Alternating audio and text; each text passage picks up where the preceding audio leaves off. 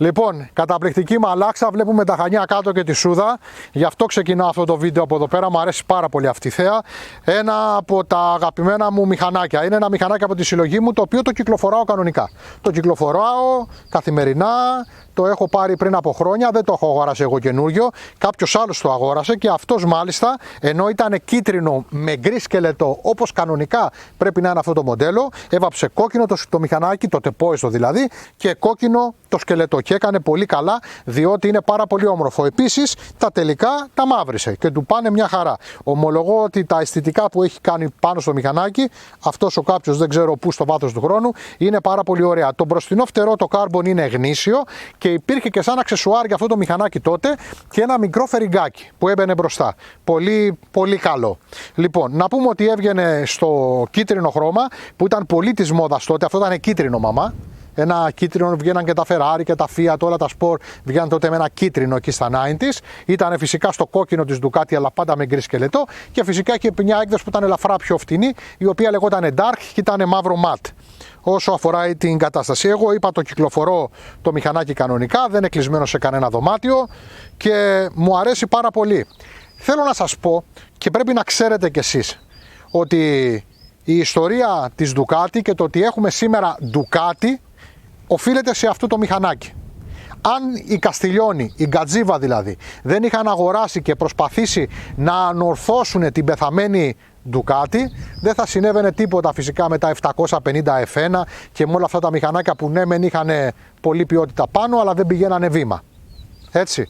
Κάποια στιγμή λοιπόν άρχισαν να λειτουργούν τα μηχανάκια με αυτά που βρήκανε στο εργοστάσιο της Ducati, τα Pantach 600, 900, κάτι τέτοια πράγματα, τα οποία εξαιρετικής ποιότητας αλλά παροχημένα και αργά, και προσπάθησαν να φτιάξουν καινούργιες μοτοσικλέτες. Φτιάξανε και σπορ μοτοσικλέτες, 851 παραδείγματος χάρη, φτιάξανε ωραία πράγματα, αλλά άμα δεν έχει γκάζι, δεν πάει να τούξει τα καλύτερα φρένα, δεν. Έτσι λοιπόν τους ήρθε κάποια στιγμή η ιδέα και φτιάξανε το Monster το 900 και μια μικρή έκδοση το Monster το 400. Αρχικά ονομάστηκαν μάλιστα και Μοστρό. Ιταλική δηλαδή, ο δράκος ας πούμε, το τέρασε στα Ιταλικά. Λοιπόν, το 900 ήταν ένα μηχανάκι ονειρεμένο, όπως βλέπετε αυτό, φανταστείτε το με δύο δισκόφρενα πάνω, αλλά πολλά τα μπικικίνια. Δεν είχε ο κόσμος να τα αγοράσει. Το 400 ήταν κάπως έτσι, αλλά 400 κυβικά κινητήρας Ducati, δύο βαλβίδες L2, δεν πήγαινε βήμα, δεν το έπαιρνε κανείς. Και κάποια στιγμή, μέσα της δεκαετίας του 90, γιατί αυτό το μηχανάκι είναι μοντέλο 96-2001, τους ήρθε η φοβερή ιδέα. Εκεί που πέθαινε η Ducati, είχαν πει πάει πια, δεν υπάρχει καμιά σωτηρία, φτιάχνουμε Roadster για την Αμερική, δεν τα αγοράζουν, φτιάχνουμε σπορ μηχανάκια, δεν πάνε, τι θα κάνουμε πια, Καστιλιόνι. Κάποιος αποφασίζει να βγάλει το Monster το 600, που είναι αυτό ακριβώς το οποίο βλέπετε μπροστά. Τι είχε το Monster το 600? Ήταν φτωχότατο μηχανάκι. Φανταστείτε ότι τα ρολόγια είναι ΣΕΒ, ξέρω εγώ, τέτοια ρολόγια δεν αξίζουν ούτε σε βεσπάκι 50, ας πούμε, τίποτα. Αλλά είχε ακριβά πράγματα πάνω, γιατί αυτά υπήρχαν στα ράφια της Ducati. Έτσι βρέθηκε ένα μηχανάκι το οποίο ήταν φτηνοφτιαγμένο εντός εισαγωγικών, με ανάποδα πυρούνια για εκείνη την εποχή, με μπρέμπο χρυσά δισκόφρενα, με πράγματα που ήταν αδιανόητα για την εποχή. Ταιριάζαν σε μοτοσικλέτες πολύ ακριβότερες από ότι το 600. Ταυτοχρόνως δεν κόστιζε όσο το 900. Ήτανε πολύ φτηνότερο, έτσι. Και ταυτοχρόνως κουνούσε. Δεν ήταν αυτό το πράγμα το 400 που σερνότανε. Και έτσι λοιπόν το Ducati, το Mi 600, ήταν η αιτία που η Ducati πούλησε ξανά μοτοσικλέτες στο ευρύ κοινό. Και έτσι την ιστορία την ξέρετε. Συνεχίστηκε. Άρχισε εκεί πέρα ο Ταμπουρίνι, ο Τερμπλάνς και όλοι αυτοί να σχεδιάζουν αβέρτα και έχουμε την Ducati που ξέρετε σήμερα.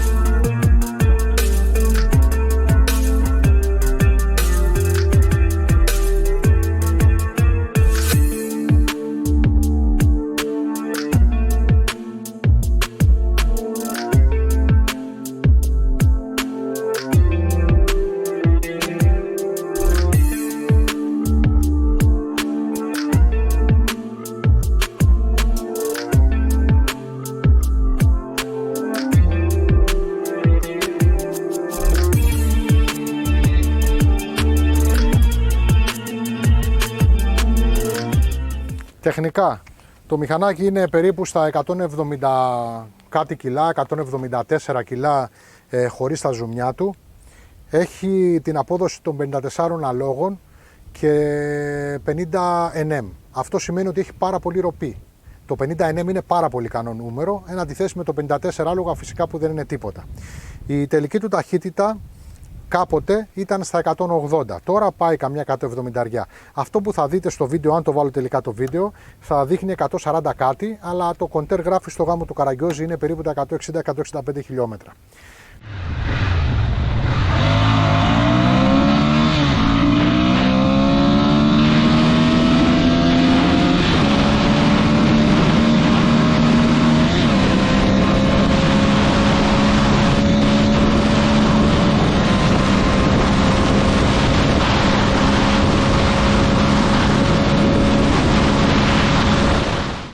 Το μηχανάκι έχει εξαιρετικά φρένα. Το πίσω φρένο μας έχει αφήσει χρόνους. Έχουμε αλλάξει δίσκο δηλαδή. Το φρένο είναι το ίδιο που ήταν. Μπροστά είναι αυτό που είναι, το χρυσό το Brembo. Εξαιρετικό φρενάρισμα. 4 πιστονάκια μπροστά στη δαγκάνα. Ένα πιστονάκι πίσω. Δεν έχει κανένα θέμα στο φρενάρισμα. Φρενάρει εξαιρετικά και παραπάνω από εξαιρετικά για τα άλογά του. Η θέση οδήγησης είναι για ανθρώπους που έχουν το ανάστημά μου, επειδή είναι roadster μοτοσυκλέτα. Ξεκίνησε για Αμερική κλπ. Είναι φτιαγμένη για ανθρώπους που έχουν το ανάστημά μου και είσαι άνετος πάνω. Βέβαια είναι τόσο ξερό και επιθετικό σαν μηχανάκι που έχει κραδασμό. Η ποιότητά του είναι αρκετά καλή κατασκευαστικά, δηλαδή ποιοτικά δεν έχει βγάλει θέματα. Στο πέρας των χρόνων, αν και 10 από τα 30 χρόνια δεν λειτουργούσε, ήταν πεταμένο σε μία πιλωτή, δεν έχει βγάλει θέματα. Έχει σπάσει το κάτω κομμάτι του stand, έχει ένα κόψιμο ο κινητήρας που παίζει λίγο και το μέρος του σκελετού και έχει κολληθεί. Τι άλλο έχει, η καούκα εδώ πέρα έχει ψιλοπεθάνει από τον καιρό και από τον ήλιο. Εγώ το κυκλοφορώ κανονικά το μηχανάκι. Και δόξα τω Θεώ είναι ένα μηχανάκι πάρα πολύ καλοφτιαγμένο. Για τα ηλεκτρικά άλλο έργο. Άλλο έργο. Μην το συζητάμε. Εντάξει, έχει κάτι προβλήματα, έχει βγάλει κατά καιρού στα καρμπιλατέρ. Ανταλλακτικάκια υπάρχουν. Πατέντες υπάρχουν.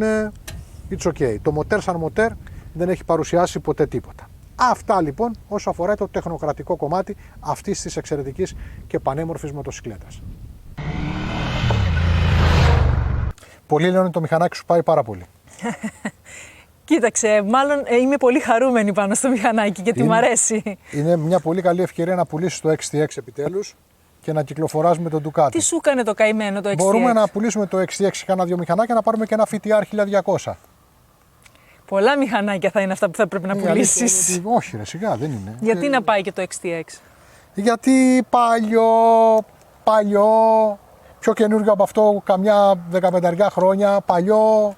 Αλλά αυτό είναι ρε παιδί μου, κοίταξε, σου πάει πολύ, το λένε όλοι. Είδες, παντού τα σχόλια λένε τι φοβερή είσαι πάνω στο Ducati. Λοιπόν, Γεωργία μου, τι σ' αρέσει, τι δεν σ' αρέσει πάνω σε αυτό το μηχανάκι? Μια καινούργια γρατζουνιά βλέπω, θα την έκανε ο Ιάσονας.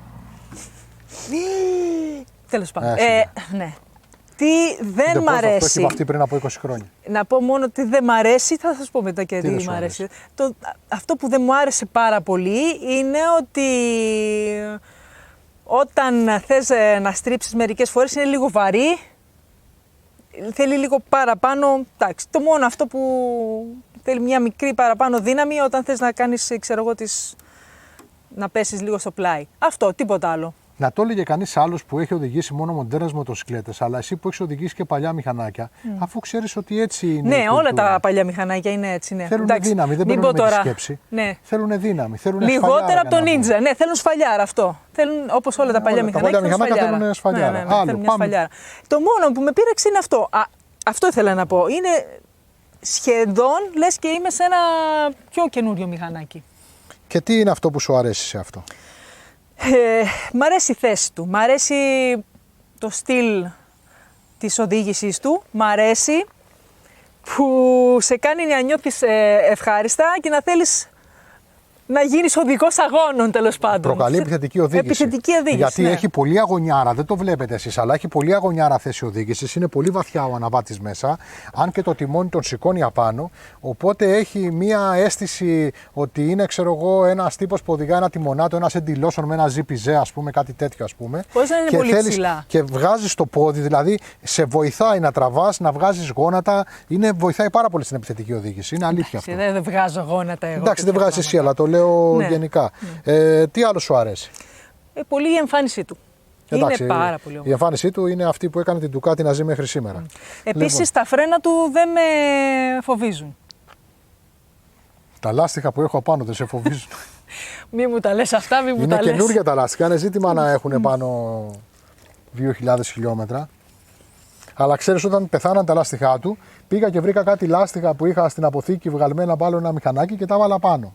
Αυτό δεν πρέπει να το κάνετε. Είναι καλά να βάζετε καινούργια και φρέσκα λάστιχα στα μηχανάκια. Εγώ τώρα το μεταξύ με τόσα μηχανάκια που έχω, κάνω κάτι τέτοιες μπουρδες και μπορεί το λάστιχο να είναι και καλό. Είναι εντάξει, πυρελάκια, είναι δυνατό λάστιχο. Είναι καινούργιο, το βλέπεις, λες δεν έχει πάνω. Είναι όλο καινούργιο το λάστιχο. Αλλά ξερό. Γιατί το έχω βγάλει από ένα μηχανάκι που τότε το είχα σαν χρηστικό και τώρα πια που έχω και αυτό σαν χρηστικό, ξέμεινε αυτό, πρέπει να τα αλλάξουμε λάστιχα. Λοιπόν, άλλο. Όλα λειτουργούν πάνω, εκτός βέβαια από τα φωτάκια. Τα φωτάκια δουλεύουν. Είναι της νεκράς το φωτάκι, δεν πολύ δουλεύει, αλλά Γιατί εντάξει. έχει πολλές νεκρές το μηχανάκι. Είναι μαγικό το κυβότιο ταχυτήτων. Έχει ανάμεσα σε κάθε σχέση και μία νεκρά. Εκτός από την κανονική νεκρά που είναι ανάμεσα από την πρώτη και τη Δευτέρα, που εκεί δεν έχει μία νεκρά, έχει τρεις. Δηλαδή θα βρεις τρεις νεκρές ανάμεσα στην πρώτη και τη Δευτέρα μέχρι να ανάψεις το φωτάκι το πράσινο της αληθινής νεκράς. Τα φωτάκια δουλεύουν, όλα δουλεύουν. Απλά εντάξει, έχει σπάσει ρε παιδί μου, είναι πολύ φτηνιάρικο το κοντεράκι, δεν είναι κάτι.